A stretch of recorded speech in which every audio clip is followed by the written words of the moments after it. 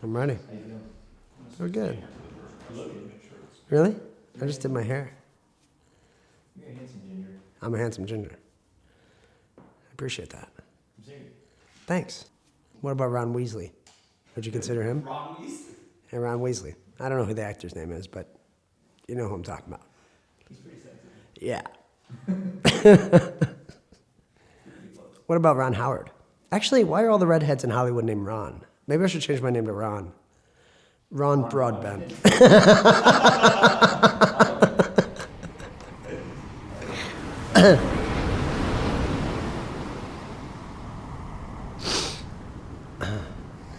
My name's Devin Broadbent, and I am an actor here in Cleveland. I grew up in Canton, Ohio. Was born here in Cleveland. You know, I've got 5 siblings, so there's always a lot of things going on in the house. Growing up as a kid was really, I could tell it was different, right, than other friends and family. And growing up in a big house with not a whole lot of stability was really difficult, you know. We didn't have enough money. We either were on free lunches or I had to beg school teachers to give me 35 cents to pay for lunch. We were on food stamps. We had churches participate in giving us Christmas presents because my father couldn't afford them. I mean, there were 5 of us, and my father didn't have a really stable job. It was him following his dream of being a boomerang thrower, which he was a great one. And he is still a great one, and he was great. The only problem is that nobody recognizes the sport of boomerangs. You know, nobody cares about it. That led to a lot of hardship growing up. Throw around a boomerang. Let's check with him now to see how he learned to participate in this very exciting sport. Randy, you are too kind. I came out here yesterday morning practicing and lost 2 boomerangs in a row, so I'm not that great. This guy he is Gary Broadbent. He's from Lakewood, Ohio, 24 years old, 2nd ranked in the United States of America. Not too bad. He's been throwing the boomerang for about 10 years now. Gary, before we do our interview, why don't you show off and throw one out there and show the folks what you can do. Away it goes. It's coming back. Not bad, right on target, just like a pro. Now that was pretty fantastic. Can you do that just about every time you throw the boomerang? Well, no 2 boomerangs fly the same, and it's a disease to me. I collect every kind of boomerang. 700. Yeah, 700 different kinds, and but people don't have to get into it like I do. With just one good boomerang, you can do 5 of the major events in boomerang competition, and then you get into doubling and juggling.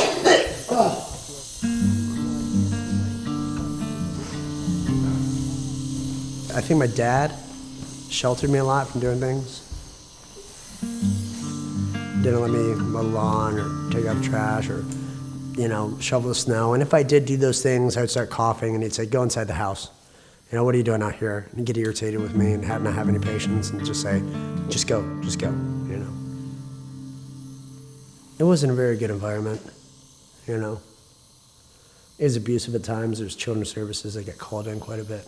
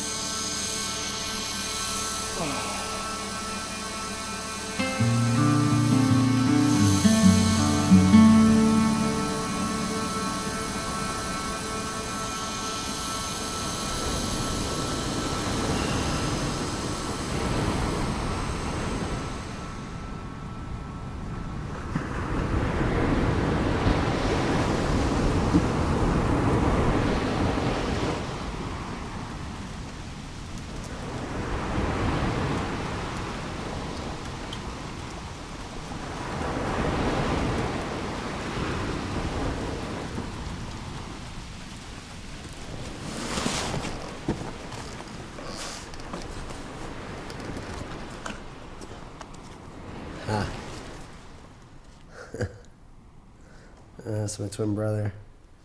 Oh, man. My first hospitalization was probably around 5 or 6 years old. And I went, 3 times a year for 3 weeks at a time. I spent most of my time in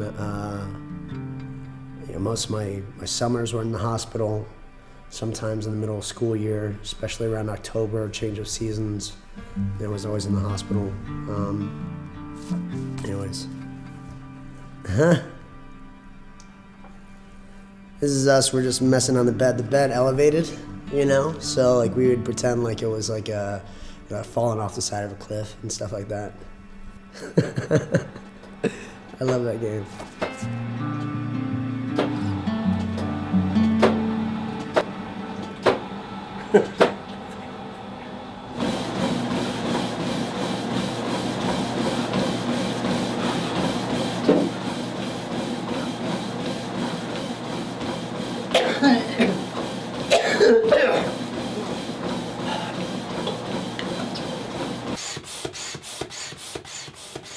I always resent CF. Like whether I want to or not, like I sit in here and I fucking hate it, you know? Sitting in the hospital is terrible. I sit in here and I think about the entire world and how it goes on without me outside. You know, and this is like a little microcosm, like a little micro world that's going on here. But the worst part is we're going around, and after you've been here for so long like I have, you start to see a lot of people that you knew when you first started coming here. They're not here anymore, and it's because they passed on or they got a transplant, you know? And you just start to see how things change, and this place has changed a lot. Like, I'll be sitting here and it's like an anxiety, you know? It's like an angstiness, this restlessness within inside yourself. And a lot of times I feel like I gotta call people and talk to them. I gotta call my dad or call my mom, or just to be able to have a conversation with, because the internal dialogue that I have is just ruthless, you know? Everybody else is healthy and enjoying their life right now, but you're stuck in here. And, you know, and that's the thought. Those are the thoughts that play out in my head. But a good thing about being in the hospital is I put on a little weight.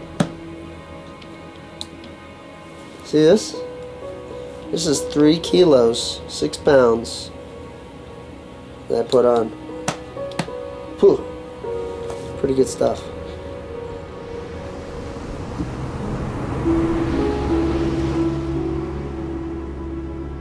Cystic fibrosis is a genetic disorder which affects the lungs, pancreas, and other parts of the body. What happens is there's a mutation in the 7th chromosome as the DNA is developing that causes what is a transporter protein to malfunction. Your cell membrane lifts inside of your cell. It transports chloride and water in and out of the cell. What happens is that cell membrane can't reach the cell wall, and also the cell wall can't open. It causes a lot of mucus on the outside of the cell. So that mucus acts as a breeding ground for bacteria. And so that leads to lung infections, and those infections spread to other parts of the body and clogs your pancreas, so your digestive enzymes can't be released into your stomach, so you can't absorb food. So you lose lung function as you go through. So your cells actually stop working after a certain amount of time. All right, so this is Orkambi. This is a study drug that I was on from 2009 until about 2014. It's Adex. This is ibuprofen, albuterol sulfate, omeprazole, selenium, vitamin D, that amino acid, Quicksorb, glucosamine conjoinant, fish oil, all one hatch. A cure. This is like this magical bean that everybody takes and everything's fine after that. I don't think there'll ever be anything like that. How do you put a cost on that? Right now, life expectancy for cystic fibrosis is 37. I had a lot of input when I was a kid. Both my parents and from the doctors. They would say, Devin, look, you're 16 years old right now, you have a 50% lung capacity. If we follow this chart out long enough, you'll probably live till you're 24. What kind of life am I gonna live? Am I gonna go to college and pursue a career and in hopes of living a normal life, or am I going to do what I really wanna do and just wait and avoid death? For me, it was really like that was instrumental in making my decision, because You know, I could easily stay and follow this normal life and go back to school, which I hated school at the time.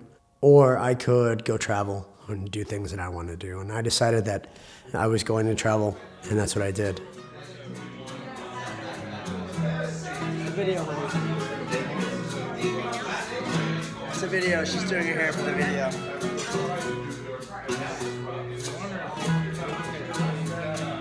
It's my future bride right there. Well, I'm engaged. I asked her to marry me on her birthday. We met on Tinder. Don't judge me. It was one of those things where we're both not seeing anybody, and we had really good conversations. A few days later, I opened up my Snapchat, and it said, on my way to Atlanta. I was like, well, do you want to get coffee? Right? So she's like, sure. And mind you, I'm in Cleveland. It's Friday. It's 4 o'clock. So she says yes. I'm like, well, it's a 10-hour, 11-hour drive to Atlanta. So I'm like, okay, well, I gotta go. So I leave work early, I go home, I pack a bag, and I drive 11 hours. So I go to the flower shop, they give me this like funeral bouquet of flowers. I go to the coffee shop, I'm standing there with the flowers, I set them on the table. Then there's this cute little girl that comes onto the coffee shop.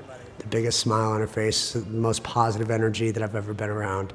And it was intimidating to me. So we had a really good time. We laughed a lot, and she and I, we started dating. And I told her that I would see her every month, and she didn't believe me. I worked. I sold my TV, sold tons of stuff. I sold my guitar, my amp. I did whatever I could. I did side jobs. And just to buy a ticket to go see her. And then over a year later, we got engaged. Need you right here where I am. Please come on home. When I proposed to her, I said, "Are you sure that you want to be with me, even though I have CF?" It's hard for me to talk about because I know that she.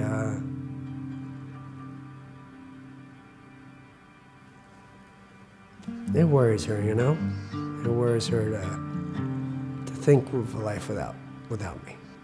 And to her, living life with me is better than living life without me. So, are you going to introduce me to your friends? Sure am. Okay, that's Curtis. That's Blue Jack. That's Ruffles. That's Lamar.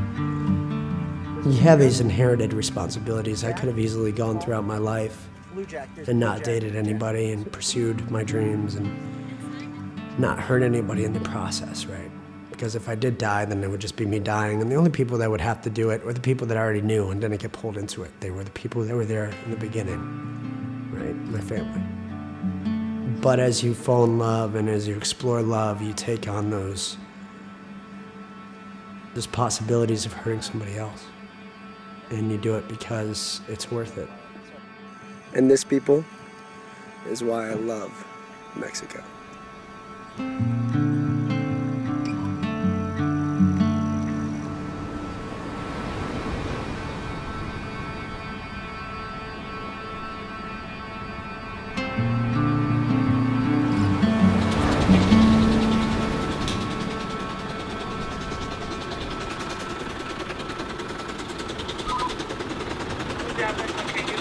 Hello. Hey, I got a question. Could I get my albuterol and Cromolyn for this evening? Okay, there in a second. Thank you.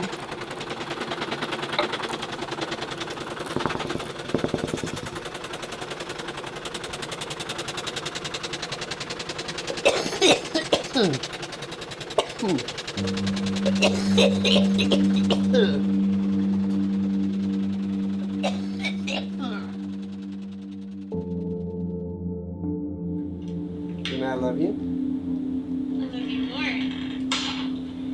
more. So today the nurse came in and she goes, "You have the whitest legs." They said, "You've only seen half of them."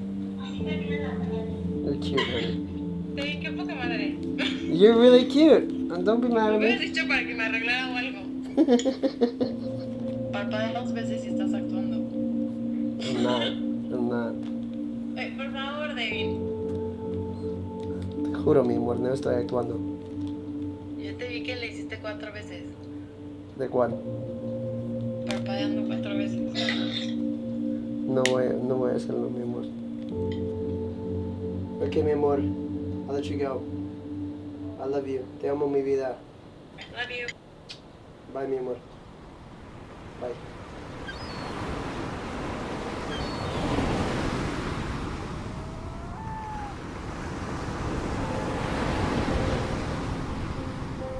You know, if I didn't have CF tomorrow, it would be a really difficult thing to not go over there and pick up the pills because it's been such a habit, right? It'd be a difficult thing not to take my aerosols. It'd be a difficult thing to adjust that behavior again. I think what I'm realizing is that it doesn't matter where you came from or what conditions you were born into. You just have to live your life. Flowers grow through between cracks in the sidewalk. Do they know that they're in between a crack and the sidewalk in a shitty location where they're gonna get stepped on all the time? No, they don't know. They just do it. They live. That's all you have to do, is you just have to live. This is the hand I'm dealt, but these are my opportunities. This is what I'm gonna make happen. This is what the life is gonna bring. I think for a long time I was afraid to just be honest about who I am, and now I serve a dream, a vision that I have. It made me realize that fear is a fabrication of the mind. It is a way of preventing yourself from doing what you really should do. The only way to overcome fear is through action.